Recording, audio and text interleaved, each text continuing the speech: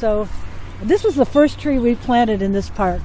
This is a pin oak, and it was this tall, about 1.5 feet tall in 2008.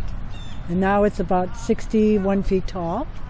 And it's unfortunately has a disease that's a soil disease. And I'm going to let Jason Coiner from Bartlett Tree Experts tell you about it.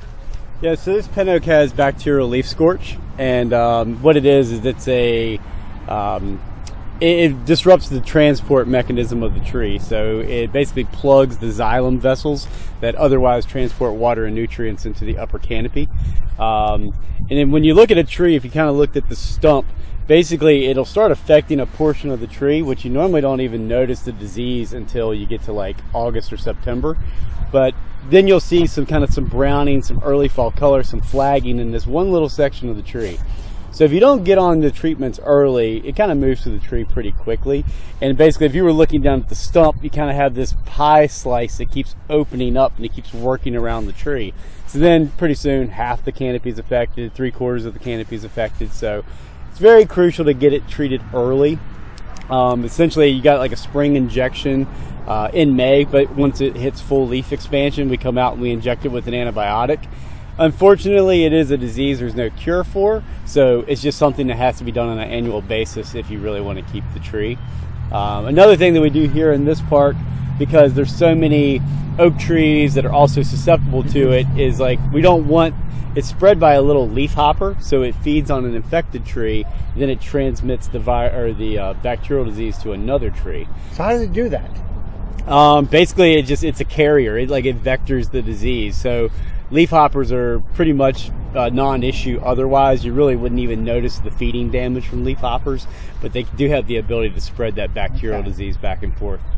So what we do on this, and we also do a systemic treatment to the soil, and that the tree basically takes that product up, and it takes care of the leaf hoppers from jumping tree to tree with the disease. So you give it so how do you actually inject it? So you drill into the cambium of the tree. So you basically around the root flare of the tree. Okay. We'll drill into that. Based on the tree's diameter, that's going to depend on the dosage of antibiotic that you give it. So a tree that size, you're probably going to have 6 to 8 injection sites throughout the tree. But it's pretty high tech. We have like a little injector now that's got its own air compressor and everything in it. So you just you plug it in, hit the button.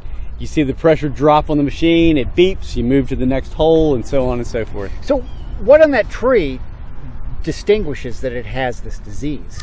It's that early fall color that you'll see like in August and September. So instead of it kind of going, yellow to red as a fall color, it's going to kind of be like more of a brownish scorch color.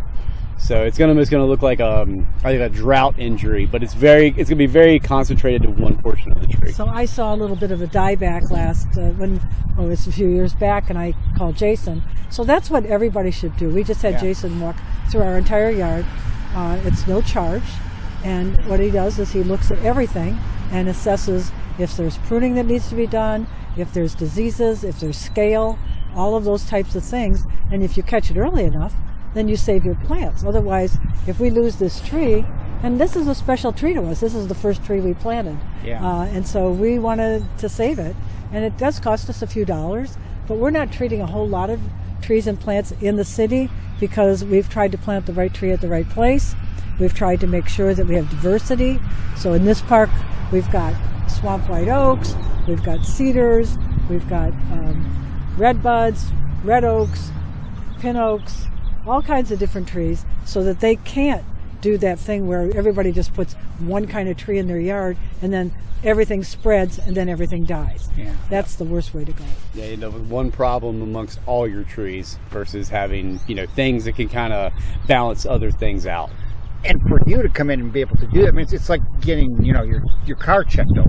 It's a home inspection, whatever. And I recommend doing it on an annual basis because depending on what the weather does each year, certain pests and diseases kind of, they ramp up or they thrive a little more. So if you kind of stay on top of it every year with getting an inspection, treating as necessary, I mean, that's like the true integrated pest management approach, not doing blanket treatments that kill everything. You're spot treating specific problems. And, if you have an arborist coming out every year to do this, it's pretty easy to correct the problem pretty quickly. Versus if you do it every 5 years, you got a lot of problems, and then sometimes it takes us multiple years just to keep up with the one problem. Yeah, that's the biggest thing. People will go and they'll have a problem and they'll let it go, and then it's too late because there's a point where the tree is going to get lost. We had canker worms about 8 years ago, and it was just defoliating the tree.